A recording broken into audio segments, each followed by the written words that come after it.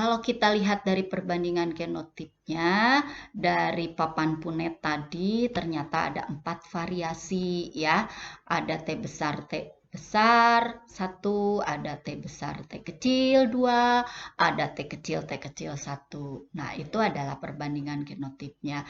Nah, dari perbandingan genotip ini, maka kita akan buat perbandingan fenotipnya atau sifat yang muncul. Ternyata T besar itu kalau dilihat dari sifatnya adalah batang tinggi. Begitu pula dengan T besar T kecil, sifat yang munculnya adalah batang tinggi. Kenapa? Karena T kecilnya tertutupi oleh T besar yang bersifat dominan. Sehingga yang fenotip atau sifat tingginya itu ada 3. Sementara sifat rendahnya hanya 1 dengan genotip T kecil. Sehingga kalau kita ambil kesimpulan pada persilangan monohibrid di sini adalah perbandingan genotipnya 1 berbanding 2 berbanding 1 dan perbandingan fenotipnya adalah 3 berbanding 1. Ya, itu adalah untuk genotip dan fenotip pada monohibrid. Nah, silakan kalian untuk lebih jelasnya latihan ada di halaman 30 ya. Itu adalah latihan monohibrid dominan. Kita lanjut dengan persilangan monohibrid semidominansi atau intermediat atau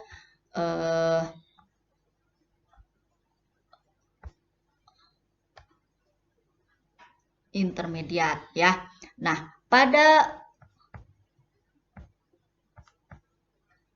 persilangan semidominansi di sini tidak ada yang bersifat dominan, tidak pula ada yang bersifat resesif, tapi di sini merupakan gabungan atau saling mempengaruhi, yang dominan mempengaruhi yang resesif, sehingga nanti sifat yang muncul pada keturunannya adalah gabungan dari kedua sifat induknya. Contoh misalnya ibunya berambut keriting, bapaknya berambut lurus. Kok kenapa anak-anaknya tidak ada yang keriting dan tidak ada yang lurus, tapi gelombang atau ikal? Nah, itu adalah gabungan, sehingga anaknya akan muncul variasi dari kedua sifat induknya.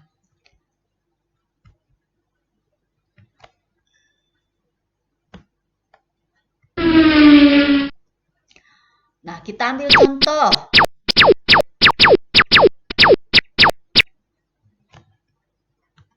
Ya, misalnya tanaman mawar berbunga merah, M besar disilangkan dengan tanaman mawar berbunga putih, M kecil. Bila dalam perkawinan itu terjadi sifat semidominansi, bagaimanakah perbandingan keturunannya sampai dengan F2? Nah, seperti biasa kita tentukan parentalnya. Tadi parentalnya atau induknya bunga merah, kita beri lambang M besar, lalu warna putih kita beri lambang M kecil. Setelah menentukan parental, kita tentukan gametnya. Merah di sini gametnya M, putih gametnya M kecil. Nah, kita tentukan sekarang keturunannya. Kita gabungkan gametnya M besar dengan M kecil, sehingga keturunan F1-nya adalah M besar M kecil. Ternyata di sini berbeda dengan pada dominansi penuh. Yang muncul bukan merah, walaupun di sini lambangnya M besar dan M kecil. Karena M besar merupakan gabungan dengan M kecil, maka akan muncul warna merah muda atau rose. Jadi gabungan dari kedua induknya. Bagaimana dengan P2-nya? Berarti P2-nya kita silangkan F1-nya dengan F1. M besar M kecil silangkan dengan M besar M kecil. Lalu kita tentukan gametnya. Gametnya M besar dengan M kecil. Nah, bagaimana dengan F2-nya? Di sini kan ada gametnya ada 2. Berarti kita buatkan juga papan kunet.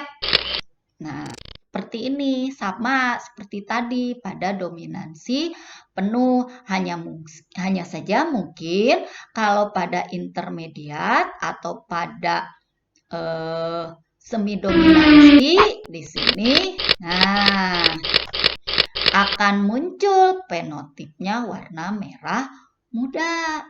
Kenapa? Karena ada genotip M besar, M kecil. Yang mana M besar, M kecil di sini kalau intermediat atau semi dominansi itu adalah gabungan. Sehingga yang merah digabungkan dengan yang putih, maka akan muncul warna merah muda. Kalau kita ambil kesimpulan, maka perbandingan genotip dengan perbandingan fenotipnya sama.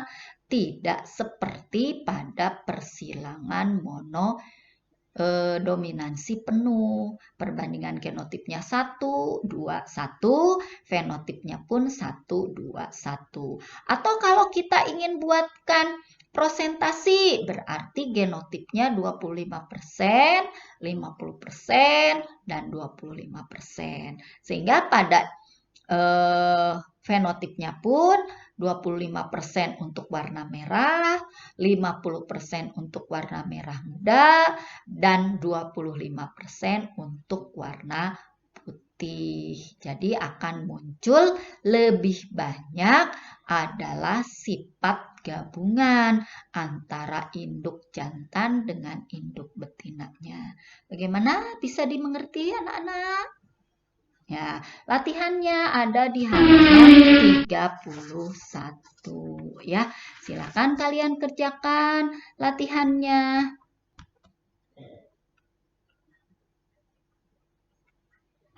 Ya, kita lanjutkan kepada persilangan di hibrida. Pada persilangan di hibrida itu adalah dua sifat beda. Apa sih dua sifat beda itu seperti yang bagaimana?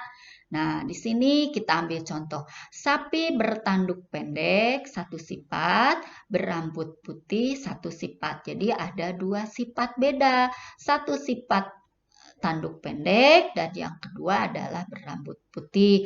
Dikawinkan dengan sapi bertanduk panjang dan berambut hitam. Jadi ada dua sifat beda. Ini sama tumbuhan mangga berbuah besar rasa manis. Ada dua sifat. Disilangkan dengan mangga berbuah kecil rasa manis. Juga ada dua sifat. Nah, sama untuk cara perhitungannya seperti pada monohibrid dominan. Yaitu yang pertama tentukan P1-nya. Di sini tanaman mangga berbuah besar, B besar, B besar, rasa asam, M kecil, disilangkan dengan tanaman mangga berbuah kecil, B besar, B kecil, B kecil, dan rasa manis, M besar, M besar. Berarti di sini yang dominan apa? Berbuah besar dan rasa manis. Sedangkan yang resesif adalah rasa asam dan buah kecil. Kenapa? Karena memiliki lambang huruf besar kalau dominan dan lambang huruf kecil kalau resesif. Nih, sama. Tentukan dulu parentalnya. P1-nya besar asam, besarnya dominan, asamnya resesif. M-nya dari rasa manis. Lalu buah kecil rasa manis. B-nya karena dominan, karena resesif maka B kecil.